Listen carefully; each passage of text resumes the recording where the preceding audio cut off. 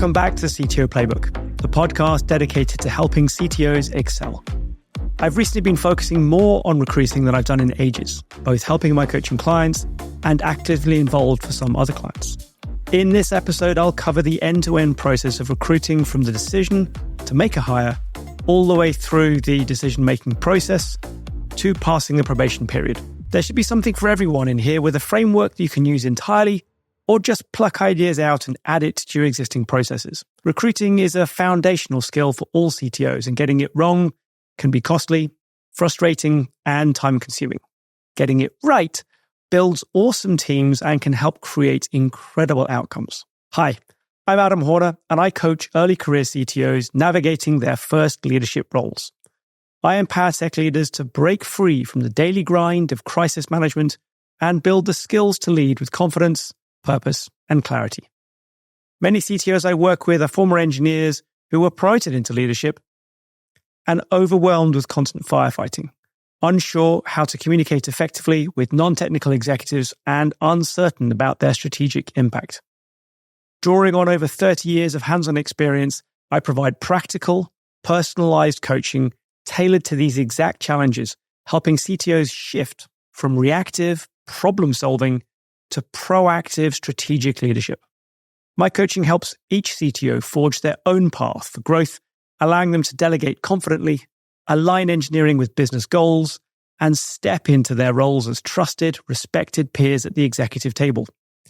This podcast is my way of giving back to the communities of CTOs that have supported me over the years, and between me and my guests, we cover crucial topics for CTOs, providing insights, strategies, and practical advice to help you build and refine your own playbook to excel as a CTO. Since the recruiting market is beginning to move again and is likely to keep accelerating next year in 2025, I'm going to relatively quickly cover the many stages of the recruiting process and cover the key points that I've picked up and finish off with my CTO recruitment playbook of the 5 most important aspects of the whole process. So what does the overall process look like from my perspective then? Well, it starts off with the decision to hire, setting out the target organizational structure you're recruiting into. We're going to cover quickly reputation and employer branding, the role description, the job advert, how do you find people, or otherwise known as talent sourcing. We'll go through the interview stages and gates. We'll cover the candidate funnel and any metrics it should be collecting, scoring and benchmarking. How do we compare candidates as they come through the process? Making the offer, onboarding, and finally, how do we use probation periods, if at all? So let's start at the beginning then. So we've got a target organizational structure. We've got some gaps in it. We know that we need to recruit something, and so we make a decision to hire somebody. The most important thing, I think, is to put this new role in a roadmap of our organizational chart so we understand where it is and what kind of role it is. Is it a replacement role, or is it a strategic hire for new changes? What will be the team structure that will go around this person? And if they're a leader, what kind of budget will they have for recruiting others further on into the process? Making sure that you've got internal alignment around that is really important to making sure that the outcome of the recruitment process is consistent with what you actually hope to get out of it from the first decision. So what are we going to use to attract people to our organization? I think a lot of the reputation and employer branding aspects, they start with months in advance, often positioning your organization or company as an exciting tech employer, an exciting place to work. And depending on what your culture is, do you create innovation? Do you generate great business outcomes? Do you have a great camaraderie amongst the team? Whatever it is, understanding what that is and being able to promote that externally is well worth spending some time putting some blogs out there, maybe even guesting on a podcast or two, making sure you get the word out about what it is that your organization stands for and what your engineering organization within that does and why it's a great place to work. If you get this right, it can quite literally reduce the cost of hiring. It can allow you to attract people with the right attitude and therefore ultimately pay a lower salary than you would have to just to attract somebody to a generic, undifferentiated organization. So once we've got our employer branding in place, the next thing to think about then is the actual role description itself. And I'm going to split here between the role description and the job advert, because I think they're 2 different things and you use them in 2 different contexts. So the role description then should be an exact purpose of what the role is. And in some cases, a definition of success. What does a good recruit in this role look like? What will winning look like for the person who gets the role in the end? One of the things you should also think about there in terms of what are the typical tasks or typical skills that are going to be needed to fulfill this role. What level is it at? Is it junior? Is it a mid-level? Is it senior? Is it somebody who has typically a load of years of experience? Or is it somebody who's got a certain threshold in terms of what they've done before? Being able to cast that correctly as part of the role description helps position it to somebody reading it to understand if they're the right person for the role or not. That background experience can be really important to help somebody realize I'm the kind of person who fits that role, or this role needs experiences and backgrounds that I don't have. The other thing to think about as well is in some cases, some roles have prerequisites or qualifications. For example, do you need some sort of security accreditation? Do you need some sort of qualifications in place? Do you need to have a particular nationality or particular other qualifying attribute of who you are as part of the role description? Once you've got your role description then and agreed it internally, then we need to create our job advert. Now, the job advert at its core will, of course, be the role description, but we also need to sell the role, sell the benefits of working in this organization, sell the learnings that we're going to get or that the candidate's going to get when they win the role, when they get into the company. But it's also important to sell the company itself. And if different, sell the product. So what is it that the winning person is going to be working on? Is it a service? Is it a product? Is it something that's part of the company, that's the sole thing that the company delivers? Or is it one product amongst many within the company? Positioning that and making it clear as part of the job advert, again, will allow people to realize this is the kind of organization I want to work for. This is the kind of benefits, value, service of a company that I want to be part of. So now we created our job advert and we've put it out there. We need to think about how we're going to source candidates. How are we going to find people? There's quite a lot of options. LinkedIn is a fairly popular one. Referrals is very powerful, but the two can be quite different. So getting your existing employees to refer other people that they know, other people that they've worked with, or to tap into their network can be a really powerful way of recruiting great people who are probably going to fit well and probably have a good understanding of what the organization is when they join. On the other hand, if you go out to something really generic like LinkedIn, you're basically just putting up an advert that literally anybody can apply to. And sometimes it can depend on A, how much you spend on ads, or B, how strong your network is in the first place. Of course, one of the ways we often get over this hurdle is to use recruiters. Recruiters are an important and interesting way of recruiting new candidates. And especially for larger organizations, you'll find that there's often very good relationships already in place. Those existing relationships are great because they should, in theory, already understand the culture of your organization, understand some of the processes that are in place for recruiting for you, and they should save you a lot of time from doing a lot of that yourself. So one of the things I see in startups is that they tend to try not to use recruiters. It can save some money because recruiters take a fee. My experience is that many recruiters earn that fee. They work for it and they help you and they do a lot of the work and make the process smoother and easier for you. For certain roles, you're going to want to consider targeting very specific people. And this tends to be for the leadership roles. Headhunters, not quite the same as recruiters. What they do is they will tend to form a very specific profile of who they're looking for, and they will go out and find people specifically who are going to match that. Very good for very specific, very niche roles.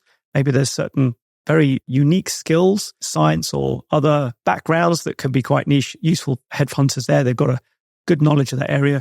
Or, of course, the senior leadership as well. So we've gone through from the decision to hire all the way through to getting to the point where we're looking at where we can get talent from, pull them in the door. So now we need to go through the bit that we tend to think of as the hard part of recruiting, or the bulk of the work in recruiting, which is the interviewing and filtering people. And I sort of break this down into several stages. The very first one is the CV review, the CV screening stage.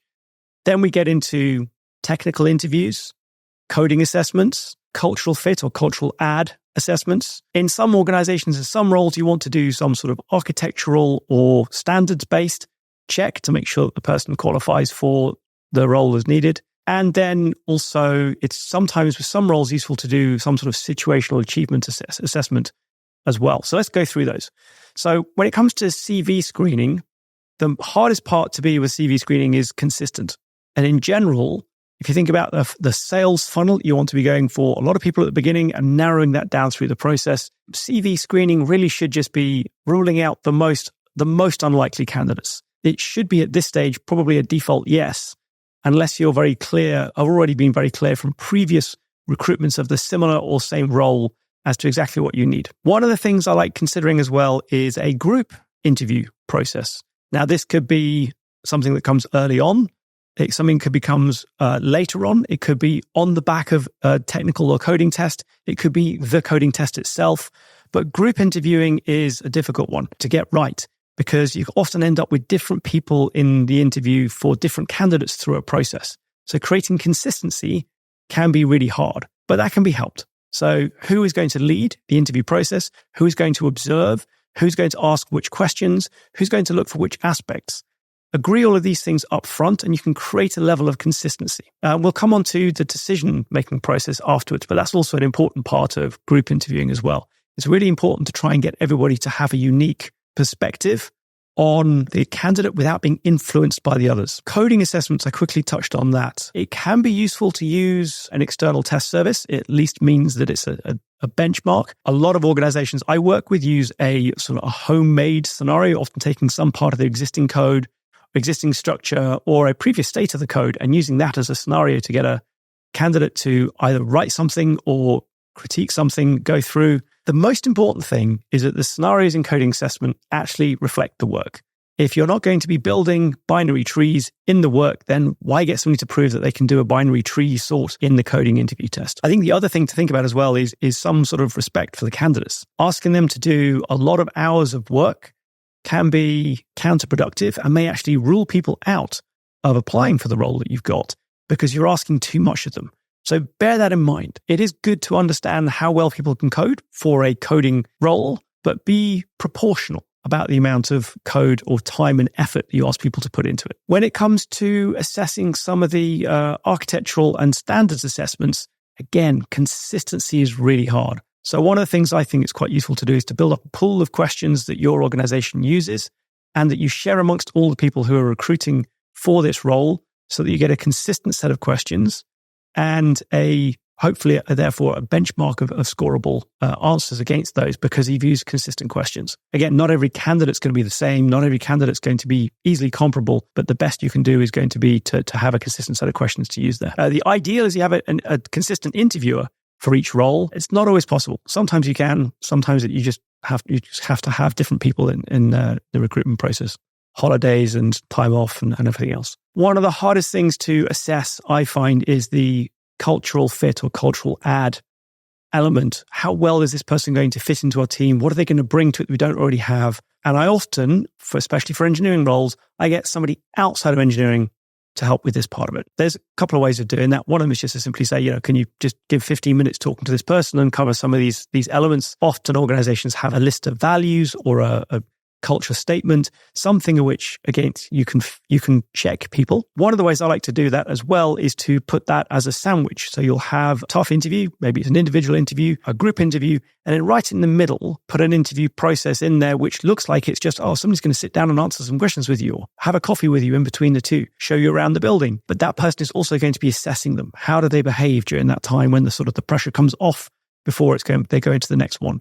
You want to make sure that people behave consistently from when they're in the interviews to when they're in between the interviews and that they treat everybody equally, whether they think that they're in line for making the decision or whether they're not. So that's one thing that you can add into your process there is to what I call it the pressure release test. See how they behave in that. Questions. Deciding on questions and which questions to use in individual questions, in group questions, notoriously tough. The ideal goal is you have something that's easy to pass so that every candidate has a great feeling coming out of their interview, I was able to answer that. But also that you have a great threshold in there so that somebody who can excel is able to teach you something.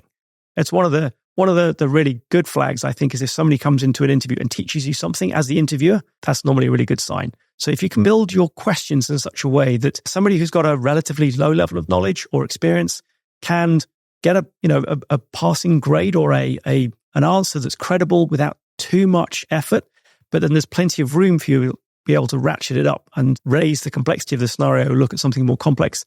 I think it's really helpful to create a good experience as well as get a good assessment of the candidate as they come through. Now, for non-technical roles, maybe you're recruiting for support roles, maybe you're recruiting for some of the product or design roles, situational achievement assessments, I think, are very useful as well. I normally use these as an alternative to technical assessments. I don't normally combine them.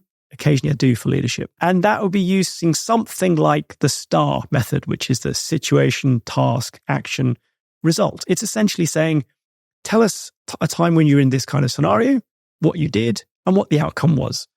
And that's quite useful for scenario-based work. If somebody's doing, for example, support work or leadership work, you can use those to get, again, a consistent set of answers from people in terms of how they approach certain scenarios, how they would help people out. And you can often get a good view of how people think about certain scenarios. Cool. So that's interviewing. I've not gone into too much detail there. Most organizations know how to do that technical assessment, but just in terms of different stages and how to put it together, several different options for you there. In terms of the typical approach that I would take, I would do a CV screen, a one-on-one broad experience interview just to check that the person essentially is the same person that this says on the CV. This would be 15, 20 minutes, relatively short interview. Again, that stage there is to quickly knock people out who clearly don't meet the requirements, and then have some sort of coding test or coding take-home approach. Then a group interview where you'd have several people interviewing technically against the requirements for the role. And then finally some sort of senior interview role as the last one. And that last one is going to be a combination of some checks. Maybe there's some steps from before that you wanted to double check people, but also a sales approach. So in that last interview, you're very much trying to sell the role, sell the company, sell the organization, because by that stage, you should be fairly confident that they're going to go through. So with those stages then, let's talk about the funnel. And the funnel is hopefully wide at the front, lots of people applying, and that you rule people out as each stage progresses until you get down to the 1, 2, or 3 that you're going to consider actually making an offer to. So one of the things that when you're recruiting repeatedly or recruiting at scale, then making sure that you're tracking your candidate funnel metrics can be really important to help you feed back into the process as to how well you're doing, what can be optimized, where are you losing too many candidates, where have you got inconsistencies in this people going through from one stage to the next, and try and improve the process at scale. If you're just recruiting for one role, running metrics on it, probably not going to be that much to learn from it on the whole. So I spoke about technical interviews and group interviews. Let's talk about how we score and benchmark people. It's very tempting to just create a yes-no answer to most hiring decisions, but I find it's useful to try and create a range of outcomes. And the model that I like most was one that I actually learned back at Palantir. And it basically goes on 4 different levels, 4 outcomes you can have. The 2 obvious ones in the middle are hire or don't hire. And fairly obviously, hire is, I like this person. I think I'd like to work alongside them. I'd like them to join the team. So I would hire them. Don't hire should be the default answer. If you're not sure, if you're on the fence, then it should be a no hire.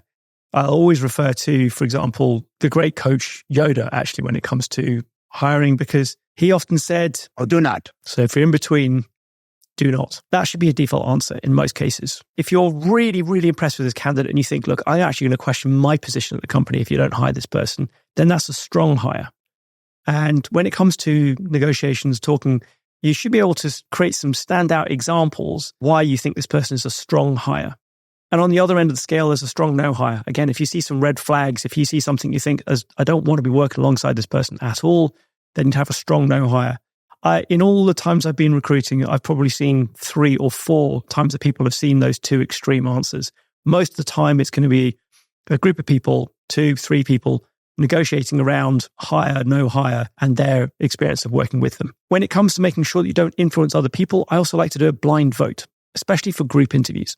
So if you have an interview panel of, say, 3 people, you would then, at the end of the interview process, after the candidate has gone away, each of you would write down on a piece of paper what your score is from strong hire to strong no hire, and then reveal all this all at the same time. The idea there is to try not to influence each other so that you come up with an independent score, and then you can debate after that as to where the candidate actually sits on the overall scoring system and whether you're going to progress them through to the next round or not. So through all of this stage, we've got the candidate experience as well. So I'm just going to make a bit of a tangent off into the candidate experience. I've touched on it slightly earlier on. there's a bunch of things that we as candidates, when we're applying for roles, we know we like or we know that we don't like. We don't like being ghosted. We would like to get answers back. We don't like long times in the process. Now, long processes aren't necessarily bad, but our experience of long processes is where we go from one stage where, for example, we had an interview and then we don't hear for quite a while. That makes it feel long. Whereas if we finish the interview and then we get an answer that says, you'll find out about the next stage in this many days, it creates a sense of predictability, of certainty. And so therefore, fast responses, I think, create a really great candidate experience. Clear communications. How long is the process? What is the next stage? Where are you in the process? These all help with creating a great candidate experience. Good feedback on the decline as to why the organization is declining you is also important. I think quite a lot of the times a decline is often, rather than we don't think you're up to the job, it's normally you don't fit exactly what we're looking for. And so being able to tell somebody why they don't fit will probably help them with their ongoing job search. And that can be really helpful. And it doesn't take too long to do. And it can create a really good experience. Somebody who's gone through a really great candidate experience is much more likely to recommend the role or the company to other job seekers as well. And it's always worth considering that each person is like a mini network in their own right. If you give them a great experience, hopefully they will bring more people in, or at least they won't deter others from joining and coming on to the process and joining your organization. To do that, to make that process really good, I think it's really important to use either a CRM, a candidate relationship management, or the other tool type is the ATS, the applicant tracking system. They're much maligned platforms, but when you're recruiting at scale, they can really help the process and make sure that the ball doesn't get dropped between decisions, things that need to do, people who've been stuck in a certain stage for too long, etc. So I think that's those systems really help. If you're just recruiting one person, then you can be a bit more manual about it, but try not to drop the ball. Try to keep that candidate experience great. So hopefully now then you've got a bunch of candidates, you've taken them through a process, you've got metrics on that funnel, and you got to the point where you've got one or maybe even two people you think, yeah, they could do the job. It's time to make an offer. Now, most of the time, making an offer is fairly straightforward. You make a decision on what offer you're going to make them. You'll put the offer to them, and then you'll hope to get an answer back. And you'll hope it'll be a positive answer. I would say when you make an offer, always try and make the offer in person, as much in person as possible. So either face-to-face or on a video call, or at the very worst on an audio call. Making an offer as a sent document doesn't often end up in a great experience. So if you can, the more personal you can make the offer, brilliant. The other thing I would say as well is really important is to add a deadline onto the offer. So make an offer, you need to decide by X. If you leave the deadline too long, what you'll find is that most candidates are in multiple processes. And so therefore, if they can push the decision so they can hear from somebody else, they can keep more maybes in the air for longer, and you're more likely to get a no. So put a deadline in that's reasonable, and you'll often have an idea from the process of what is a reasonable deadline for the candidate in question. So don't have a hard and fast rule that says you've got 5 days. Think about it from the point of view of this candidate, they said that they're in 2 other processes. Well, when would be a reasonable time for them to make a decision by? Check with them, make it mutual, but put a deadline in. Hopefully then they'll accept. Yay, we have a new employee. What next? And I think that the process from an employee when they're about to join until they do join, so often you'll end up with a notice period or some sort of delay before they act the company. And that period can be sort of no man's land. You hope that they're going to sign the contract, then hand in their notice to their existing employer, and then give you a date when they're going to start and confirm that. In that intervening period, there's a lot of things that you can do. And you can actually start your onboarding earlier than when they actually join. Some of it just, including them in things that happen within the team now. If the team go out for drinks, invite them too, even though it's 2 weeks before they start. If you are going to have an event that's coming on, a company event, consider inviting them along to that. May not be possible, may not be allowed in all scenarios, but consider it. At very least, check in with them, something like weekly, reconfirming that they're going to come and join on the start date. And then when they start, onboarding documentation, onboarding processes is one of those things that is, I think, not done well enough in the vast majority of organizations. A really great onboarding, people remember it and talk about it for ages. And it's not just the swag that's on the desk when you arrive at the new company. It's the whole process of what it's like to meet the most important people first. What that first day experience is like. How much pressure is there?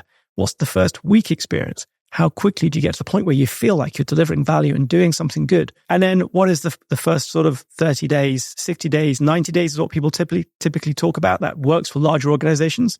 For startups, that might be 45 days. But the point is there should be a sort of a relatively structured approach to the first day, week, month of when somebody joins. And one of the best things I've found for if you're an early stage startup and you have never done onboarding, or even if you're a large organization, you've got a really established process, handing the ownership of the onboarding process itself to the people who join as they go through it, so they're fully empowered and expected to update that onboarding documentation themselves and make it better for the next person who onboards, is really powerful. Who better to know what is missing from that, what they don't know, than the person who's going through it? Hand over the onboarding documentation to the new starter and leave them with the task of leaving it better than they found it. The last thing to think about then is that transition from being the new person to being an established member of the team. Now, in the EU, we quite often have, and in the UK as well, we quite often have probation periods. And that could be 30 days. It could be sometimes longer. In the US and the rest of the world, it's not really standard and not really done. So it may be completely irrelevant for some people in different jurisdictions, in different cultures. But in the EU and the UK, if you have a probation period, you should use it. And the reason for a probation period is because letting people go or firing people is a lot harder than it is in an at-will hiring situation like it is in the US. And so therefore, the probation period gives you that early stage time when it's much easier to let somebody go without a large process or involvement of an employment union or something like that. So use that probation period. Define what success looks like for the probation period. And when somebody passes that threshold, celebrate it, because it's an important point. And it means that they've got the same risk profile as everybody else in the team. So recruitment then, a long process when you think about it, all the way from the decision all the way to the end of somebody's probation period. And if you're recruiting a lot of people, you've probably got a lot of those things overlapping. So being organized and coordinated about it is really important. The larger the organization, the more people you'll have involved in this process, everything from the decision-making through to the legal aspects and the onboarding process. So the more joined up the process is, the better the experience is for the candidates, the better you will find your team building over time. So hopefully, therefore, I've given you a bit of a shallow overview maybe, but the whole process of recruiting, and without going down into too much detail. So my 5 key steps then that for me make the whole process stand out. Invest in the whole process end to end for the best results. It's a long process and it has the biggest impact on your organization overall. Best to invest in it. If you're going to pick and choose where you invest, I would say investing in those early stages of the process has the most impact. You can get away with delegating a lot or leaving a lot of things to the last minute. You can, if you're recruiting a lot of people, you can, as I say, hand over that onboarding process to people who are joining. They can make the process better. The more you invest up front, getting the right decision, the right structure, and the right role description before people come in, that's where the most impact is. Number 3, teach your team how to recruit.